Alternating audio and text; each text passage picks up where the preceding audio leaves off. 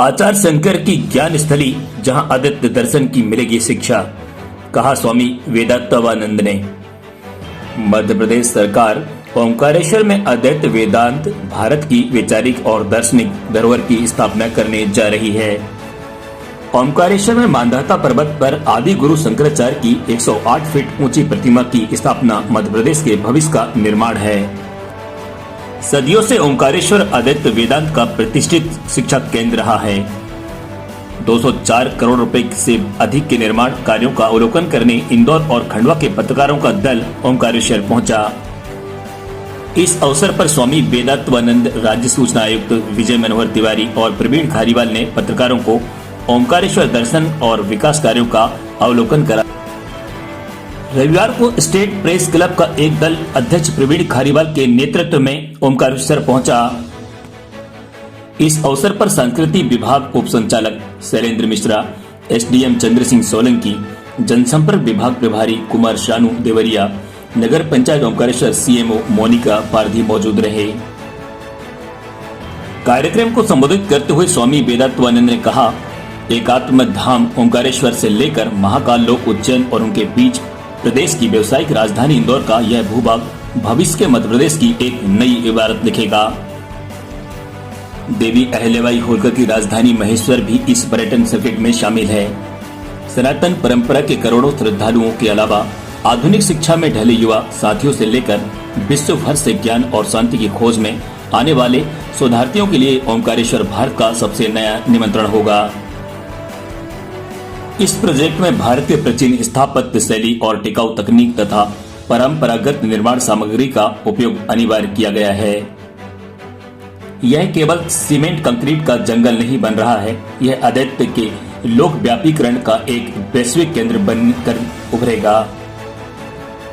ओंकारेश्वर में आचार्य शंकर के बाल रूप की 108 फुट ऊंची मूर्ति सबसे बड़ा और सबसे दूर से दिखाई देने वाला आकर्षण केंद्र होगा ही, लेकिन इसके अलावा अंतर्राष्ट्रीय स्तर के अद्वैत वेदांत संस्था की स्थापना ओंकारेश्वर की सबसे महत्वपूर्ण इकाई है। यह लगभग 125 हेक्टेयर क्षेत्र में होगा, जिसमें 36 हेक्टेयर का अद्वैत वन सघन हरियाली के लिए आरक्षित है। उन्होंने बताया कि अद्वैत वेदांत संस्था के विशाल परिसर में 7 केंद्र बनेंगे, जो भारत भर के वास्तु और स्थापत्य कला के ऊपर आधारित होंगे। इस विशाल परिसर में आकर पूरे भारत की आध्यात्मिक यात्रा का अनुभव होगा। पत्रकारों ने इस ऐतिहासिक निर्माण को देख खुद को अभिभूत महसूस किया। वहीं अधिकारियों ने प्रोजेक्ट के बारे में जत में आभार देवेंद्र जायसवाल ने प्रकट किया। देश की धड़कन न्यूज के लिए ओंकारेश्वर से नारायण प्रजापति की खास रिपोर्ट। आज ओंकारेश्वर आए, उन्होंने साइट का विजिट किया। साइट विजिट करने के पहले हमारे ट्रस्ट के जो रेसिडेंट आचार्य हैं स्वामी वेदांतानंद जी, उनके द्वारा पावर पॉइंट प्रेजेंटेशन में सारी जानकारियाँ बहुत सूक्ष्म रूप से उनको दी गई। साइट पे आके उन्होंने सारा अपना देखा कि स्टैचू कहाँ बनेगा, पेडेस्टल कितना होगा, लोटस क्या होगा, सारी जानकारियाँ उनको दी। पेड़ पौधों के बारे में उनको जानकारियाँ दी। अब उनके मन में किसी प्रकार का कोई भ्रम नहीं है। अब उनको सारी स्थितियाँ स्पष्ट हैं कि यहाँ पे बहुत अच्छा काम होने जा रहा है। शंकराचार्य को लेके स्टैचू की स्थापना हो रही है, इंस्टीट्यूट बन रहा है और शंकर म्यूजियम बन रहा है। आपका परिचय? इसमें भ्रांतियाँ सब होती हैं, है ना, लोकल काफ़ी भ्रांतियाँ हो रही हैं कि ये सब किया जा रहा है, वो सब किया। तो हमारा यही है प्रेस क्लब को किया, यहाँ पे सबको दिखाएं हम जो फैक्ट है आप लोगों के सामने लाएँ चीज़ों को लेकर कि बड़े सरकार बड़े क्लियर उद्देश्य से सब चीज़ कर रही है। मूर्ति की स्थापना जो है शंकराचार्य जी की वो कर रहे हैं और एक साल के अंदर टारगेट रखा हुआ है, 1 साल के अंदर हम लोग कर रहे हैं। तो ये हमारा उद्देश्य है कि सब चीज़ बताएं लोगों को, पत्रकारों को, सब लोगों को यहाँ पर बुला के कि हम जो चीज़ कर रहे हैं ये ऐसा कर रहे हैं और इसके पीछे कहीं कोई सरकार की मंशा है ना, एरिया के विकास और ये सब चीज़ों को लेकर 1 साल के अंदर हमें सब चीज़ करना है प्रोजेक्ट।